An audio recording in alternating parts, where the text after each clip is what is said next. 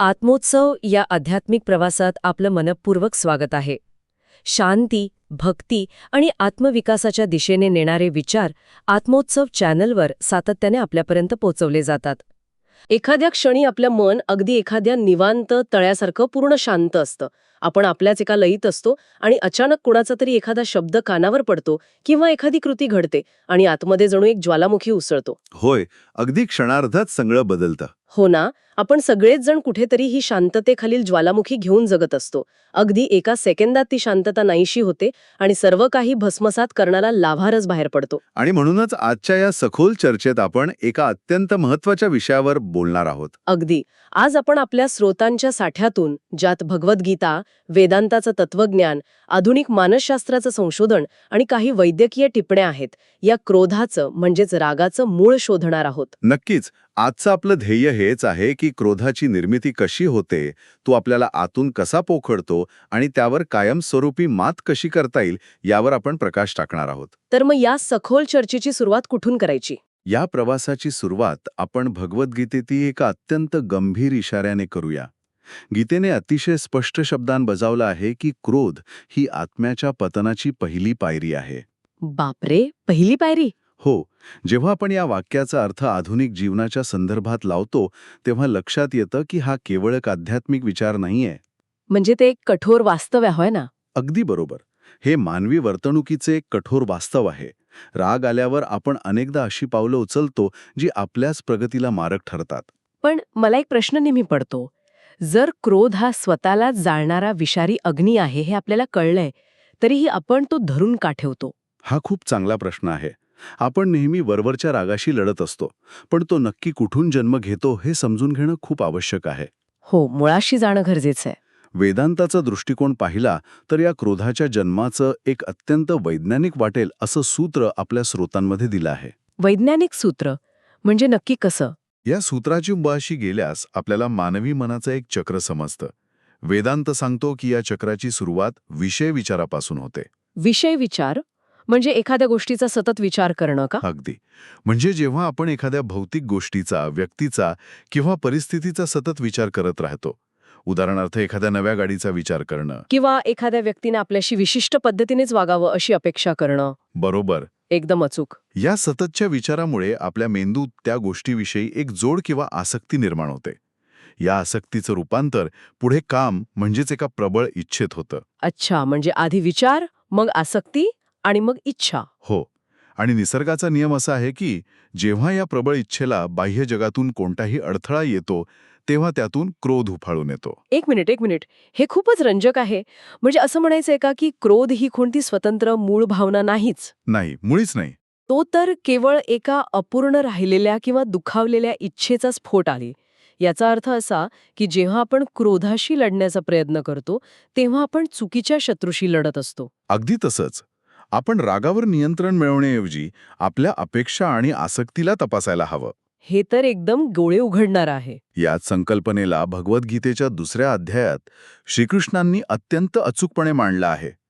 क्रोधाच्या जन्माची आणि विनाशाची ही संपूर्ण साखळी स्पष्ट करणारा तो श्लोक असा आहे. कोणता श्लोक? ध्यायतो विषयान् पुंसः संगस्तेषु पजायते संगात संजायते कामः कामात क्रोधोभिजायते. वा, याचा अर्थ तोच आहे ना जो आपण आत्ता पाहिला? होय. विषयांचं चिंतन केल्याने आसक्ती वाढते, आसक्तीतून इच्छा निर्माण होते आणि इच्छेतून क्रोध जन्म घेतो. पण ही साखळी इथेच थांबत नाही. अजून पुढे जाते. हो, पुढच्याच श्लोकात श्रीकृष्ण सांगतात की या क्रोधानंतर आतमध्ये नक्की काय घडतं. क्रोधात भवती सम्मोहः, सम्मोहात स्मृतिविभ्रमः, स्मृतिभ्रंशात बुद्धिनाशो, बुद्धिनाशात प्रणश्यति. अरे बापरे. या श्लोकातील टप्पे जर आपण आधुनिक विज्ञानाच्या चष्म्यातून पाहिले तर त्यात मेंदूच्या कार्यपद्धतीचं वर्णन दिसते मला. कसं काय? हे बघा, क्रोधात भवती सम्मोहः म्हणजे क्रोधातून मोह किंवा भ्रम निर्माण होतो. आधुनिक मानसशास्त्रात याला अमिग्दाला हायजॅक म्हणतात. अमिग्दाला हायजॅक हे जरा समजावून सांगाल का? हो ना. जेव्हा आपल्याला खूप राग येतो तेव्हा आपल्या मेंदूचा भावनिक भाग, ज्याला अमिग्दाला म्हणतात, तो अचानक सक्रिय होतो. आणि तो मेंदूच्या तार्किक भागाला म्हणजे प्रीफ्रंटल कॉर्टेक्सला पूर्णपणे बंद करून टाकतो. अरे अच्छा. म्हणजेच हा प्रीफ्रंटल कॉर्टेक्स बंद पडणं म्हणजेच श्लोकात सांगितलेला स्मृतिविभ्रम आणि बुद्धिनाश. अगदी बरोबर. सारासार विचार करण्याची शक्तीच नष्ट होते. आपण काय बोलतोय, कोणाशी बोलतोय याचं भान राहत नाही. आणि जेव्हा बुद्धीच काम करत नाही तेव्हा माणसाचा सर्वनाश निश्चित असतो, कारण तो स्वतःच्याच हाताने स्वतःचं नुकसान करून घेतो. खरंय, पण इथे एक मोठा विरोधाभास मला जाणवतो. जर क्रोधामुळे आपली बुद्धी नष्ट होते आणि आपण पतनाकडे जातो, तर मग रागवल्यावर माणसाला स्वतःमध्ये अचानक एक मोठी ताकद आल्यासारखं का वाटतं? हो, हा अनुभव अनेकांना येतो. अनेकदा राग आल्यावर अंगात एक वेगळीच ऊर्जा सळसळते, आवाज वाढतो. हा नक्की कसला प्रकार आहे? हा एक अत्यंत धोकादायक भ्रम आहे. आदी शंकराचार्य स्पष्ट करतात की हा रजोगुणाचा प्रभाव आहे. रजोगुण. हो, जेव्हा मन शांत असतं तेव्हा ते सत्वगुणात असतं, जिथे खरी स्पष्टता असते. पण क्रोध आला की मन रजोगुणाच्या अधीन होतं. आणि रजोगुण हा चंचल आणि अस्थिर असतो. अगदी बरोबर. जीवशास्त्राच्या भाषेत सांगायचं तर राग आल्यावर शरीरात ॲड्रेनालिन आणि कॉर्टिसॉल या संप्रेरकांचा महापूर येतो. म्हणजे हॉर्मोन्सची पातळी अचानक वाढते. होय, हृदयाची धडधड वाढते, स्नायू ताठडतात. माणसाला वाटतं की तो शक्तिशाली झाला आहे, पण प्रत्यक्षात हे शरीर एका सर्व्हायव्हल मोडमध्ये गेलेलं असतं. सर्व्हायव्हल मोड म्हणजे अस्तित्वासाठी लढण्याच्या स्थितीत, बरोबर? हो, म्हणजे ही ताकद नसून शरीराने दिलेली एक प्रकारची घाबरलेली प्रतिक्रिया आहे. स्वामी विवेकानंदांनी यावर मांडलेला विचार इथे अगदी चपखल बसतो. ते म्हणतात, प्रत्येक वेळी तुम्ही क्रोध करता तेव्हा तुम्ही तुमची शक्ती वाया घालवता. खूपच सुंदर विचार आहे. दुर्बलता म्हणजे क्रोध आणि खरी शक्ती म्हणजे शांती. हे अगदी एखाद्या गाडीचा इंजिन न्यूट्रल गिअरमध्ये ठेवून रेस करण्यासारखं आहे. हां, दृष्टांत एकदम योग्य आहे. प्रचंड आवाज होतो, इंधनही जळतं, पण गाडी 1 इंचही पुढे राहत नाही. फक्त इंजिनाचं नुकसान होतं. संत ज्ञानेश्वरांनीही याच सत्यावर प्रकाश टाकला आहे. ते म्हणतात, क्रोधाच्या अग्नीत जळतो तो माणूस स्वतःच. दुसरा जळेल किंवा नाही, पण क्रोध करणारा मात्र नक्की जळतो, होय ना? अगदी. जेव्हा आपण एखाद्यावर राग धरून ठेवतो, तेव्हा आपल्या शरीरातील तणावाचे संप्रेरक सतत पाझरत राहतात. यामुळे आपली रोगप्रतिकारक शक्ती कमी होते. हे अगदी स्वतः विष पिऊन समोरचा माणूस मरेल अशी अपेक्षा करण्यासारखं आहे. हो ना? आपण स्वतःच्या शरीराचा आणि मनाचा अंत करत असतो. पण आता यावर एक प्रश्न उभा राहतो की क्रोधाचं हे स्वरूप वेळीच कसं ओळखायचं? कारण आधुनिक काळात तो नेहमीच आदळापट करण्याच्या किंवा ओरडण्याच्या रूपात नसतो. खरंय, तो अतिशय सूक्ष्म आणि वेगळ्या अवतारांत आपल्या अवतीभोवती असतो. मग हे कसं ओळखायचं? शरीरातील पूर्वलक्षणे ओळखणे ही पहिली पायरी आहे. अचानक श्वास जड होणे, छाती आवळल्यासारखी वाटणे, किंवा सतत मीच कसा बरोबर आहे आणि जग कसं चुकीचं आहे असा अहंकार मनात डोकावणं. अगदी ही अलार्म वाजल्याची लक्षणे आहेत. आणि आजच्या डिजिटल युगात या रागाने अनेक नवीन रूपे घेतली आहेत. उदाहरणार्थ ऑनलाईन रेज. म्हणजे सोशल मीडियावर एखाद्याच्या पोस्टवर आग ओकणे. होय, पण या ऑनलाईन रेटचा मागे तर एक मोठं तंत्रज्ञान काम करत असतं. सोशल मीडियाचे अल्गोरिदम अशाच प्रकारे बनवले आहेत की ज्यामुळे आपला राग उफाळून येईल.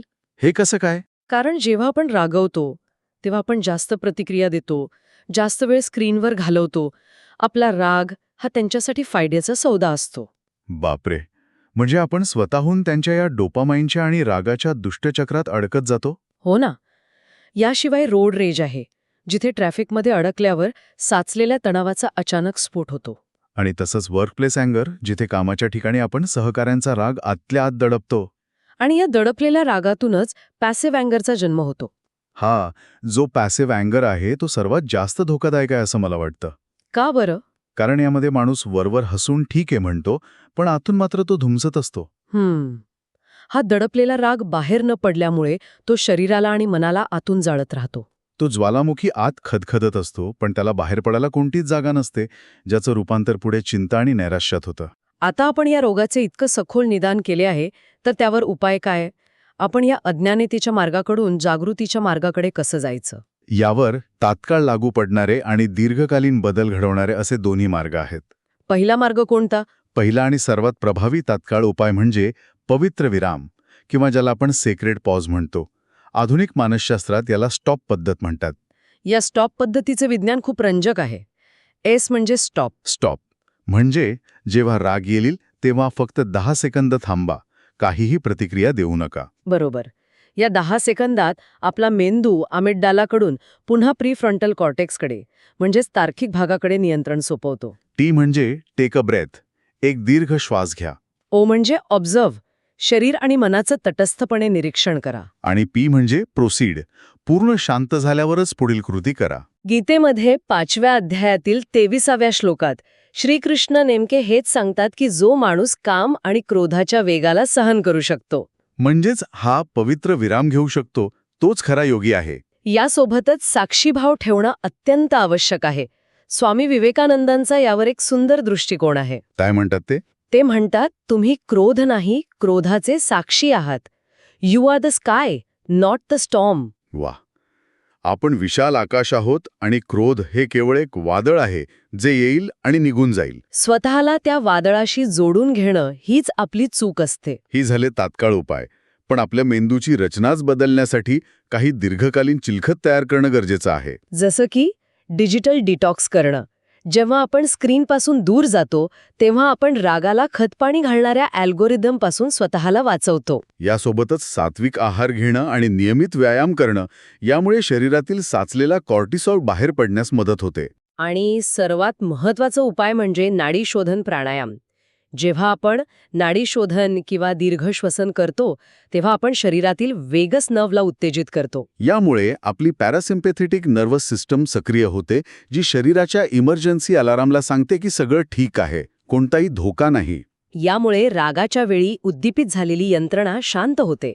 अध्यात्मात सांगितलेला भक्तिमार्ग सुद्धा याच विज्ञानावर आधारित आहे. संत ज्ञानेश्वरांचा मार्ग तोच आहे. राग आल्यावर आतल्या आत नामस्मरण करणं. या नामाच्या उच्चारणाने आणि त्यावरील लक्ष केंद्रित केल्याने रागाची आग विझत जाते.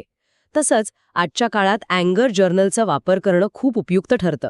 अँगर जर्नल म्हणजे रागाची नोंद ठेवणं? हो, जेव्हा आपण आपला राग कागदावर लिहून काढतो तेव्हा तो राग भावनाच्या पातळीवरून तर्काच्या पातळीवर येतो.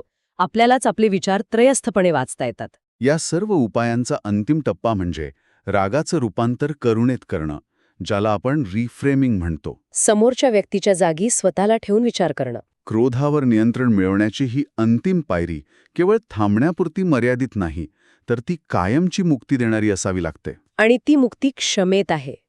संत तुकाराम महाराज अतिशय साध्या पण मार्मिक शब्दात सांगतात, क्षमा करणे हेची थोरपण, क्रोध करणे हे दुर्बलपण. आजचं आधुनिक विज्ञानही क्षमेचं महत्त्व मान्य करतं. क्षमा केल्याने आपला रक्तदाब कमी होतो आणि मानसिक आरोग्य सुधारतं, हे आता वैद्यकीयदृष्ट्या सिद्ध झालं आहे. क्षमा ही दुसऱ्या व्यक्तीवर उपकार करण्यासाठी नसते, तर स्वतःला त्या क्रोधाच्या आणि तणावाच्या बंधनातून कायमचे मुक्त करण्यासाठी असते. क्रोध हा अनेकदा दुखावलेल्या आत्म्याचा आवाज असतो.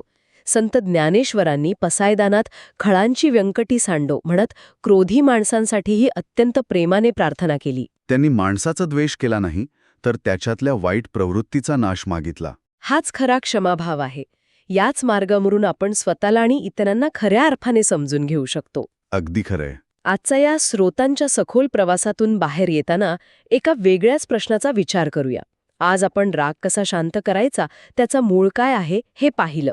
पण जर राग हा स्वतःला जाळणारा विषारी अग्नी आहे, तर हजारो वर्षांच्या उत्क्रांतीत निसर्गाने तो आपल्यात का टिकून ठेवला आहे? अन्याय आणि शोषणाविरुद्ध उभा राहण्यासाठी आलेला सात्विक संताप आणि निव्वळ अहंकारातून स्वतःला जाळणारा राग, यातली सीमारेषा नक्की कुठे असते? पुढच्या वेळी जेव्हा आपल्यात रागाची ठिणगी पडेल, तेव्हा आपण प्रतिक्रिया देण्याऐवजी एक क्षण थांबूया आणि या प्रश्नावर शांतपणे विचार नक्की करूया.